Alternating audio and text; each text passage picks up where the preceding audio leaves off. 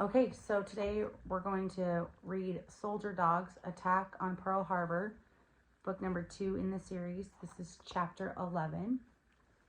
So here we go. Chapter 11, Sunday, December 7th, 1941, 8:16 a.m. No, cried Joe as Danny pulled him away. His feet splashed in the water on the floor as he tried to get back to the door, but it was no use. We've got to get those pumps, Joe, said Danny. She'll be fine on her own. There's no time to waste. Get off me, yelled Joe. He turned his anger on Danny and began swatting at the hand that held onto his shirt and dragged him away from Skipper. We can't just leave her. She needs me. Danny held Joe steady and looked into his eyes. Look, Joe, Skipper is a smart dog, right? He said. She lived on the street for years. She'll be fine on her own, like she was before you found her. And if this ship capsizes, she's in just as much trouble as we are. Through the fear and anger, Joe heard the reason behind Danny's words. Skipper was tough. She could make it on her own. Maybe, Joe thought. He wasn't scared of her being alone, but of having to go it alone himself. He had to prove that he could be brave, for Pop, for Skipper, but most of all for himself. He clamped his mouth shut and ran with Danny and the rest of the crew.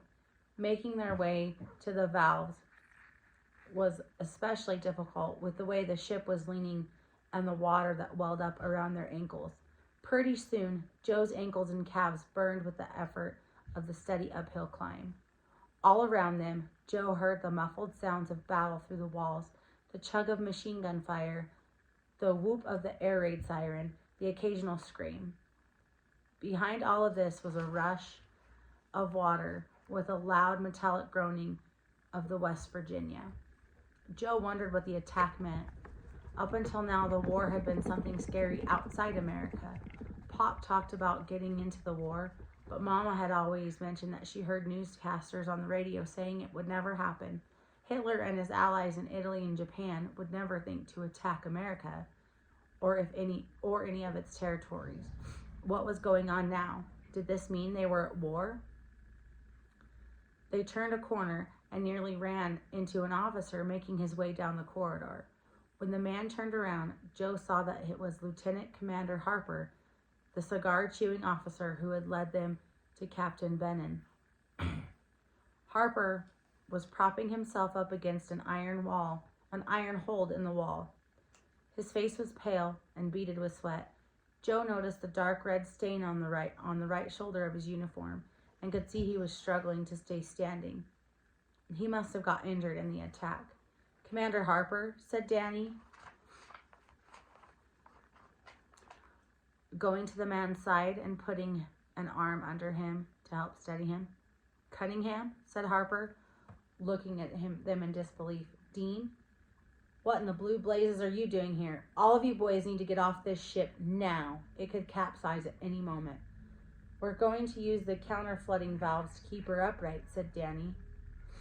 The men with them muttered in agreement. Harper shook his head. I'm heading there now. I'll take care of that. You boys go. With all due respect, sir, said Joe, you're in no shape to go it alone. Let us help you. Not a chance, Dean, said Harper. This is too dangerous for a little kid like you. Yeah, what else is new, said Joe. And the other men laughed, and Harper cracked again. All right, said Harper, nodding. Then let's go, boys. Up ahead, get to the valves, and I'll instruct you from there. They kept moving, with Joe leading the way, and Danny helping Harper, along with the older officers shouting directions. Finally, they reached the counter-flooding valves, a series of large metal wheels set into the wall made entirely of twisting and curling pipes. There were 5 in all, and the team of men split up. So there were 2 men on each valve, with Joe and Danny next to each other on the last one. On 3, you all turn the switches, which will open the sea cocks and let the water in, barked Harper. Turn them as far as you can until they won't turn any further. Once they're open, you'll hear water coming in, which means the compartments are flooding. Then what? Asked Norman. Then you run like your life depends on it, son, said Harper. Pretty soon, this compartment's going to be flooded. As long as you get going the minute we're done, you should make it out of here. The sailors were all silent. Even with the noise battling around them, the counter-flooding compartment felt like a church, huge and solemn. "Ready?" asked Harper. "Ready!" cried the men. "Joe?" Joe looked up to see Danny. He stared straight ahead as though he were looking past the valves to the water outside. "Whatever happens, you stick with me. Don't leave my side. Do everything I do. If you can't see me, I can't see you. Got it?" "What if I lose sight of you?" asked Joe. Danny exhaled hard. "Then you run, Joe," he said. "Don't wait for me or search for me. You run as fast as you can and get off this ship." The corners of Danny's mouth twitched, and he blinked hard and fast. "And you tell Mills to be good for Mom and Dad. You tell her I love her, and I always will."